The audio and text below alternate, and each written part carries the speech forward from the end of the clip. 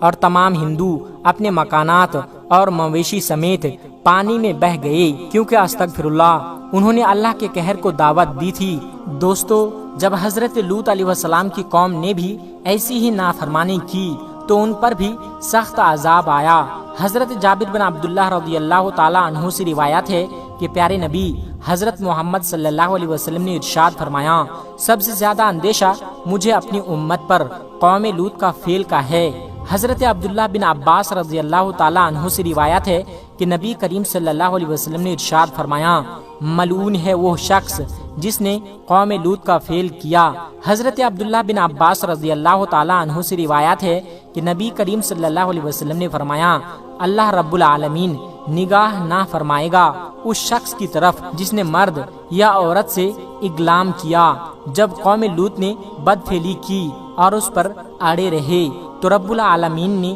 ان کو عذاب سے ہلاک کر دیا۔ قوم لوط کا قصہ تفصیل کے ساتھ کتابوں میں تفصیل سے مل سکتا ہے۔ مختصر یہ ہے کہ قوم لوط کی بستیاں نہایت زرخیز اور پھلوں اور کھیتیوں سے بھرپور تھے۔ جب ان کے اندر بدفعلی بڑھ گئی تو اللہ تبارک و تعالی نے حضرت ابراہیم علیہ السلام کے بھتیجے حضرت لوط علیہ السلام کو اس قوم کی طرف نبی بنا کر بھیجا، تو انہوں نے قوم کو اس برے فعل سے روکنے کی کوشش کی اور اللہ تبارک و تعالی کا تعارف بھی کروایا، مگر اس قوم کی سرکشی اتنی بڑھ گئی اور وہ کہنے لگے کہ اگر سچے ہو تو تم ہم پر اللہ کا عذاب لے آؤ۔ اس وقت حضرت لوط علیہ السلام نے دعا کی کہ اے میرے پروردگار، فساد کرنے والے اس قوم پر میری مدد فرما۔ اللہ تبارک و تعالی نے دعا قبول کی اور قوم پر 3 عذاب مسلط کر دیے۔ سورہ حشر کی آیت نمبر 83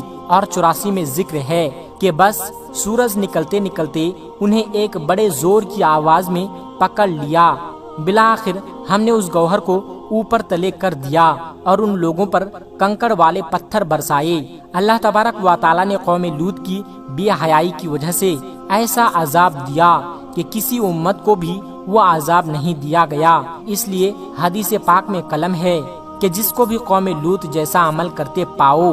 تو فاعل اور مفعول دونوں کو قتل کر دو۔ ایک روایت میں یہ بھی ہے کہ جو شخص چوپایا سے بدفعلی کرے اس کو اور جانور کو دونوں کو قتل کر دو۔ محمد بن مفکر رضی اللہ تعالی عنہ سے روایت کی ہے کہ حضرت خالد بن ولید رضی اللہ تعالی عنہ نے خلیفہ اول حضرت ابوبکر صدیق رضی اللہ تعالی عنہ کو لکھا کہ رب کے اعتراف میں بعض ایسے لوگ پائے جاتے ہیں جو عورتوں کی طرح مردوں سے نکاح کرتے ہیں، تو حضرت ابوبکر صدیق رضی اللہ تعالی عنہ صحابہ کو جمع کیا جن میں مولا علی مرتضیٰ بھی شامل تھے اور فرمایا، اگلام ایسا گناہ ہے جس کو کبھی کسی نے نہیں کیا اور اس کو کسی نے نہیں کیا سوائے قوم لوط کے، اور اللہ تبارک و تعالی نے اس کی جو سزا دی وہ سبھی کو معلوم ہے۔ میری رائے یہ ہے کہ ایسے شخص کو آگ میں جلا دینا چاہیے۔ چنانچہ حضرت ابوبکر صدیق رضی اللہ تعالی عنہ نے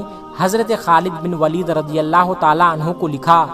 کہ ان کو آگ میں جلا دو، تو حضرت خالد بن ولید نے ان سب لوگوں کو آگ میں جلا دیا، اور امام اعظم حضرت ابو حنیفہ رحمۃ اللہ علیہ کے نزدیک بھی ایسے فعل کرنے والوں کو آگ میں جلا دیا جائے گا یا ان پر دیوار گرا دیں یا ایسا ہی کوئی اور سزا جو حاکم، بادشاہ یا جج تجویز کرے۔ لہٰذا ایسے عمل سے جس قدر ہوں سختی سے بچنا چاہیے، کیونکہ یہ عمل اللہ کی ناراضگی کا سبب بنتا ہے۔ دوستو، آخر میں ہمارے تمام مسلمان بھائی بہنوں سے گزارش ہے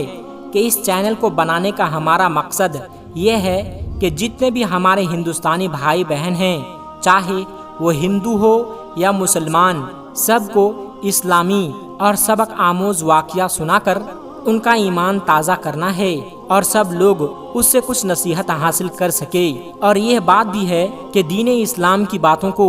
عوام اور مسلمانوں تک پہنچانا ثواب کا کام ہے، اس لیے اس ویڈیو کو ایک لائک کر کے اپنے قریبی دوستوں تک شیئر کر کے ثواب کا کام ضرور کرے۔ دوستو، آج کی ویڈیو میں بس اتنا ہی۔ اگر آپ کو یہ ویڈیو ذرا بھی اچھی لگی ہو تو آپ ہمیں سپورٹ کرنے کے لیے چینل کو سبسکرائب ضرور کر لیجئے گا۔ اللہ تبارک و تعالی سے دعا ہے کہ ہمارے جتنے بھی مسلمان بھائی بہن اس ویڈیو کو دیکھ رہے ہیں اسے سیدھے راہ پر چلنے کی توفیق عطا فرمائیں اور اسے ہر ترقی سے مالا مال کر دے، آمین ثم آمین۔ آج کی ویڈیو میں بس اتنا ہی، ملتے ہیں ایک پھر نئی ویڈیو کے ساتھ، تب تک آپ اپنا اور اپنوں کا بہت زیادہ خیال رکھیے گا۔ السلام علیکم ورحمۃ اللہ وبرکاتہ۔